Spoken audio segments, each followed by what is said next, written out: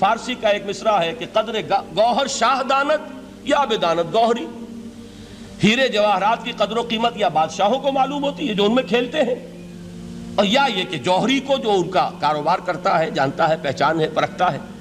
عام آدمی کو کیا پتا، اس کے ہاتھ پہ اگر کوئی آپ ہیرا رکھ دیں وہ سمجھے شاید کو کوئی کانچ کا ٹکڑا ہے، اسے اس کے اندر کوئی فرق محسوس نہیں ہوگا۔ قدر گوہر شاہ دانت یا بدانت گوہری، کہ ہیرے جواہرات جو ہیں ان کی قدر و قیمت کا اندازہ یا بادشاہوں کو ہوتا ہے یا جوہری کو ہوتا ہے۔ تو قرآن مجید کا عظمت کا صحیح ادراک یا اللہ کو ہے یا محمد الرسول اللہ کو ہے صلی اللہ علیہ وسلم۔ باقی جو کچھ دنیا دیکھتی ہے وہ تو وہ ظاہر کا ایک پہلو ہے، وہ تاریخی حقائق ہیں جو میں نے آپ کے سامنے رکھے۔ باقی قرآن مجید کی عظمت کا کوئی صحیح ادراک ہو سکتا ہے یا وہ اللہ تعالیٰ کی زبانی اور یا ہوگا محمد الرسول اللہ صلی اللہ علیہ وسلم کے فرامین کی روح سے۔ دیکھیے قرآن مجید کی عظمت یہ کلام ہے، اس کی کلام کی عظمت کا پہلا پہلو ہے متکلم کی عظمت کے اعتبار سے۔ عربی میں کہا جاتا ہے کہ کلام الملوک ملوک الکلام ہے، بادشاہوں کا کلام کلاموں کا بادشاہ ہوتا ہے۔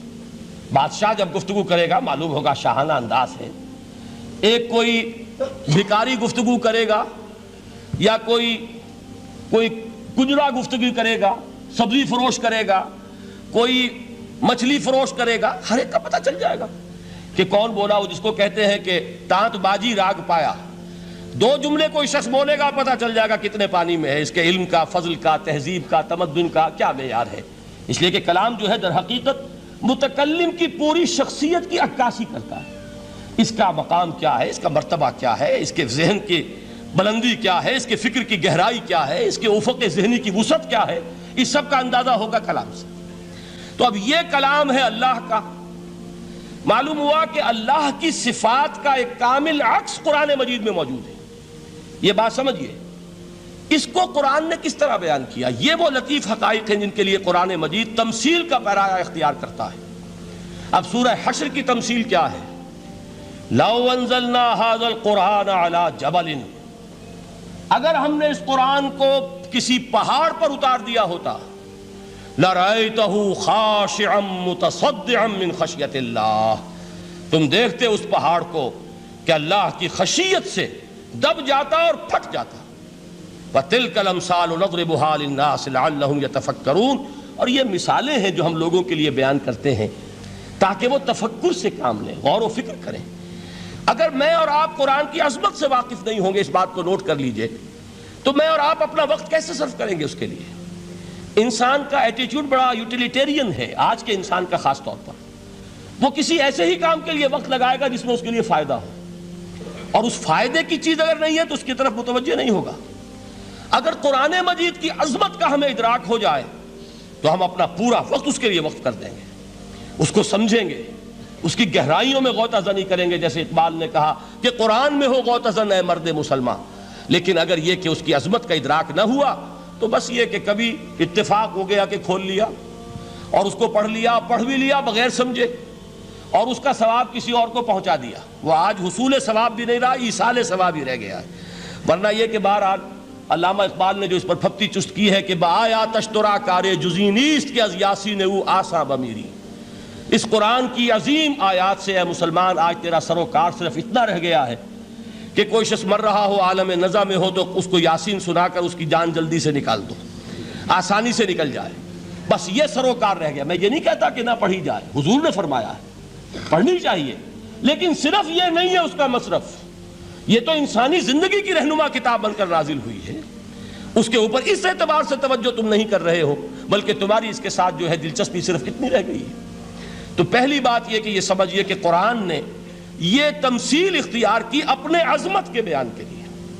اگر ہم نے اس قرآن کو پہاڑ پر اتار دیا ہوتا تو تم دیکھتے کہ وہ پھٹ جاتا اور دب جاتا۔ اب اس کو سمجھیے، القرآن یفسر بعضہ بعضا، قرآن کا ایک حصہ دوسرے حصے کی تفسیر کرتا ہے۔ سورہ اعراف میں واقع آیا ہے کہ حضرت موسیٰ علیہ السلام کا آپ کو معلوم ہے کہ کوہ طور پر اللہ تعالیٰ سے ہم کلامی کا شرف حاصل کرتے تھے، گفتگو ہو رہی ہے لیکن اللہ نظر نہیں آ رہا۔ اب اس کو اپنے اوپر طاری کیجئے کہ صاف سامنے آتے بھی نہیں، صاف چھپتے بھی نہیں۔ یہ جو صورتحال تھی کہ اگر کسی کی آپ آواز سن رہے ہیں، کلام سن رہے ہیں، سامنے نہیں آ رہا، تو آپ کے دل میں خواہش پیدا ہوگی کہ ذرا سا یہ پردہ بھی اٹھا دیا جائے، مجھے دیدار بھی حاصل ہو جائے۔ لہذا سورہ اعراف میں ہے جب کئی بار یہ شرف ہم کلامی حاصل ہوا اللہ سے، تو حضرت موسیٰ علیہ السلام نے بڑی ہمت سے کام لیا، بڑی جرت کی اور درخواست کر دی، رب ارنی انظر الیک، یہ جو پردہ بیچ میں حائل کیا ہوا ہے پروردگار، تو میرا شوق دیکھ، میرا اشتیاق دیکھ، تو مجھے ذرا دیدار بھی عطا ہو جائے۔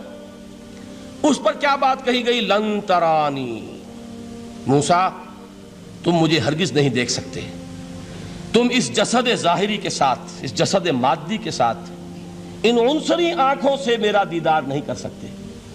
ولیکن انظر الی الجبل، دیکھو ہم تمہیں ایک مثال دیے دیتے ہیں، ذرا اس پہاڑ کی طرف دیکھو، ہم اپنی ایک تجلی اس پر ڈالیں گے، فَإِنِ اسْتَقَرَّ مَكَانَهُ فَسَوْفَ تَرَانِي، اگر وہ پہاڑ ہماری تجلی کو جھیل جائے، تحمل کر لے، تو تم بھی سوچنا کہ شاید ہمیں دیکھ سکو۔